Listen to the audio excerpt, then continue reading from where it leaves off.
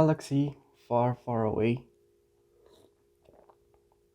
Oh, hey, there you are. I didn't see you there. You got me remembering one of the greatest science fiction universes.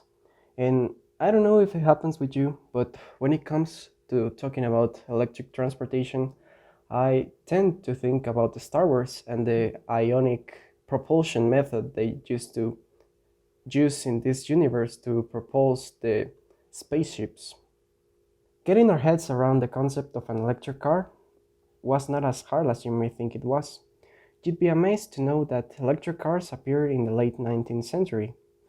As I hope you remember, electromagnetic induction was discovered in the early 19th century by Michael Faraday, and this opened the door to creating the first and most simple electric motors.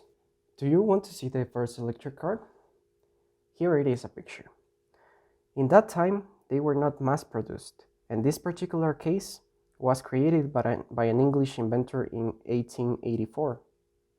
Okay, so let's do something fun and put physics into work. Why don't we try to create our own motor? If you have some copper wires, some small magnets, and a battery, you can do this. That is one of the simplest motors. How amazed would have been Michael Faraday seeing you use a battery, as that didn't exist in that time. There are different ways of making it. Why don't we try to do it this way? Give the wire the needed form and place the magnets on the negative node.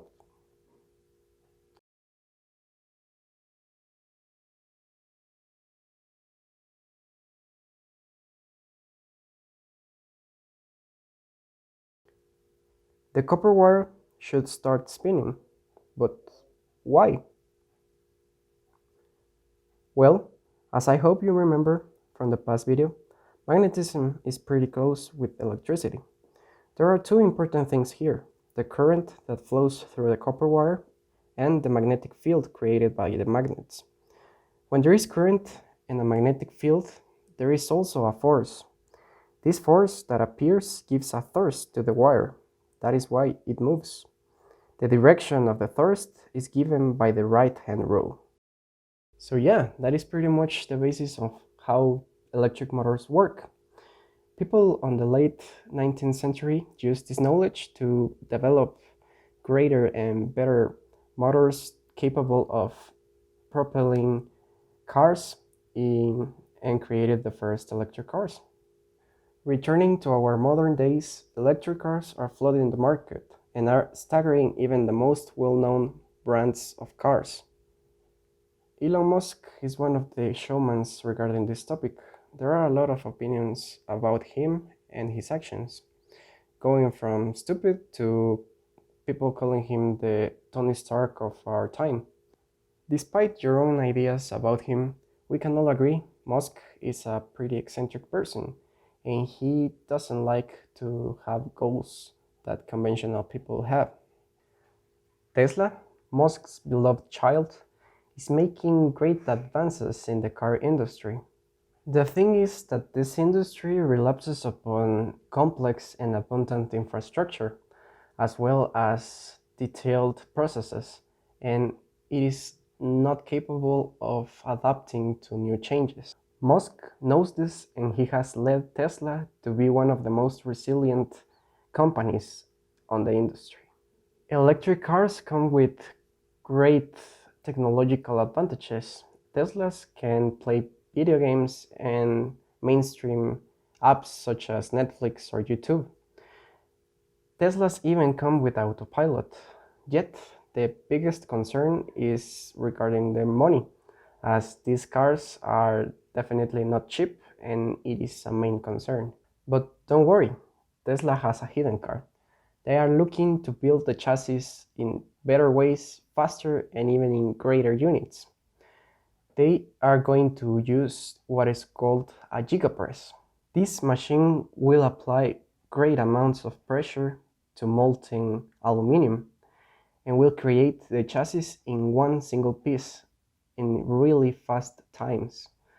For you to know, a chassis takes even more than 100 parts to be built. This also means hundreds of autonomous robots out of the way, reducing a lot of costs. Some sources even say that it will come up to 40% down the price of the cars. They have already bought 20 of these gigantic machines that work at amazing speeds. As crazy and egocentric as Elon might seem, he is achieving impossible things, and they seem they will have great positive effects in our planet and our society. He's even making changes in planetary exploration and dropping down the values of cryptocurrencies. But those stories, we will talk about them in other videos. At this pace, our future looks surrounded by electric cars and pretty much Teslas. But let's also give credit to the well-known brands, as each of them at least has one electric choice. Here in Guatemala, you are now able to decide between a normal model or between a hybrid model. As fast as changes might come, we still live in a third world country, so it is clear that here it will take a little bit more time.